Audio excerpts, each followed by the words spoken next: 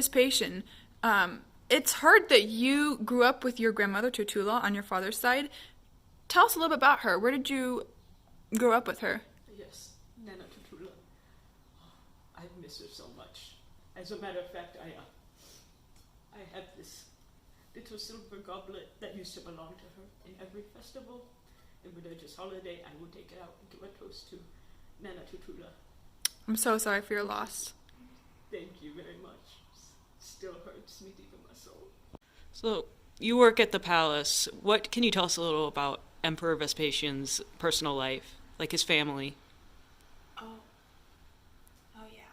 Well, his father was a knight, first emperor who's ever had non-noble birth. His father was even, I think, a money collector and served for Pompey, so not the best background. And his first wife was the mistress from what was her name again? Oh, Flavia Domitia. And under Vespasian, they had three children. Yeah, Domitilla, Titus, and Domitian. Titus and Domitian, they are bad sons, and unfortunately, both his wife and his daughter died. And then he never got married again, but he did have a special someone, Canis, who was his former lover, and they had their thing, but I don't think they're together anymore. So, Emperor Nero, why did you banish Vespasian? That little fool fell asleep during one of my concerts. No such man can be allowed in my court or in my good presence. Either way, I've allowed him back with a small province and a small army. He's fine.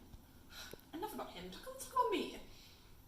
My beloved son Titus, our troops have won over Rome in an overnight victory, and now to establish myself as emperor, I must have you go out and conquer Jerusalem to finalize our leadership. Now go, my son. So, you served under Vespasian, right? What do you think of him and his leadership? He's an amazing leader. When he was first assigned to Germany, he served well there, conquered, and then he moved to Britain and conquered 20 of the main tribes. He then, under Nero, that awful emperor, conquered 2/3 of Judah before Nero died. And then when he came to conquer Rome, as he should, he was the rightful emperor. Well, maybe not the rightful emperor, but he's a good emperor. He had the immediate support of 2 legions of Egypt and the support of Syria and Judah. Whole nations coming behind him. He's a good leader. And sir, I just wanted to ask, what happened to your shoes? Except for that.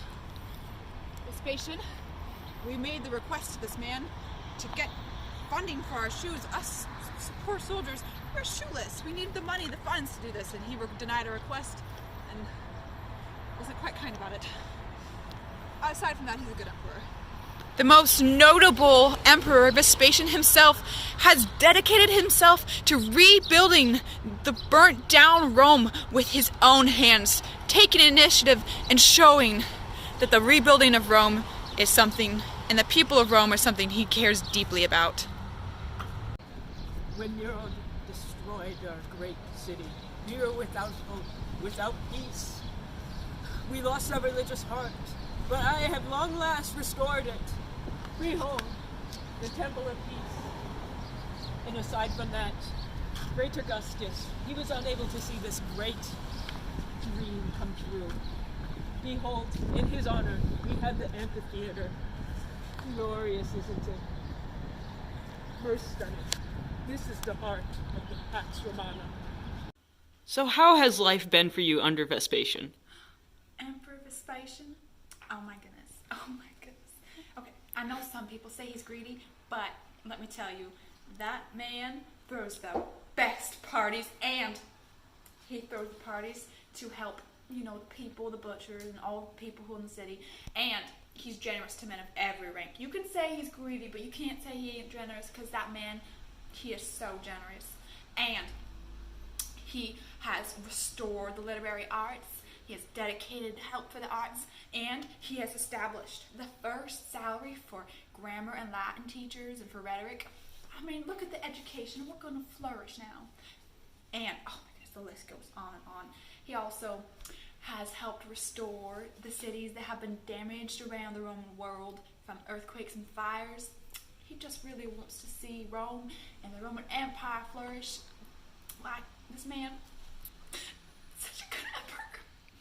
Emperor Vespasian, it has been proclaimed that you deeply care about people's lives and justice, and that especially for the care of innocent people, so that as we've looked through our records, there has been no evidence of any innocent person going punished, except for when you're away. What do you have to say about this? What is your opinion and your belief on innocence and judgment?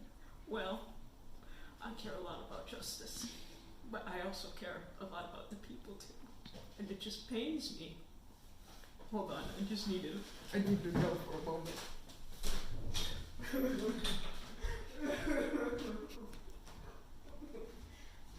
I'm sorry. So, Josephus, what is your opinion on Vespasian's divine right to rule? Well, obviously, I think he must rule. I myself have prophesied that he has been, by God, given the authority to rule in Rome. And not only I, but many astrological signs and omens and oracles through all of Vespasian's life have been predicting his rule as emperor. And not just him, but his sons as well, for all of time. And so thus, the confidence that Vespasian has for his sons to rule has been something that he has decreed in the Senate. I think of this one omen in particular when his mother Vespasia was, before she had her children, she had a dream of 3 trees, one of which died and withered away, signifying the death of her daughter, a second tree that grew strong and bold, but the third tree grew up as a tree immediately, and that was Vespasian. To signify this even further, that tree that she dreamed of was struck overnight, but then the next day grew tall and strong. So Vespasian also will always rule as emperor. Emperor Vespasian, you have been an aedile, a praetor, and a consul, but most notably you have been a proconsul in Africa. It's said that you have led with great integrity during your time there. Can you tell us a little bit about your time there? Yes, Africa was a most interesting time of my life. I'm afraid I like to think I held my integrity and honor during that time, but it was not the most profitable, I must admit. Unfortunately, during that time, I had to mortgage my properties to my brother, and then I did have to take up a side job as well of trading mules, and that I did get the nickname of mutineer. That was the most unfortunate time of my life, but I've grown from it. It was a great time. I shouldn't complain.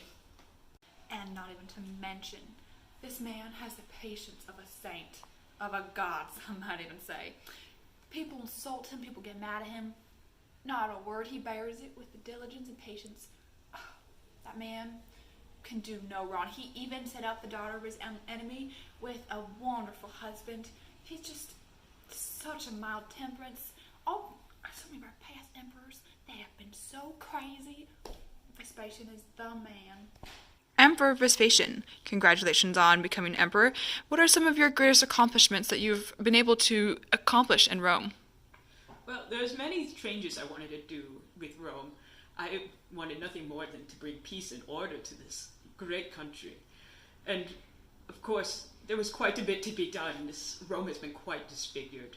I'm sure you've heard of the court cases. They've been rather backlogged. But I did distribute the power between individuals, so each one has a jurisdiction over different cases, and it just minimalizes the load between them.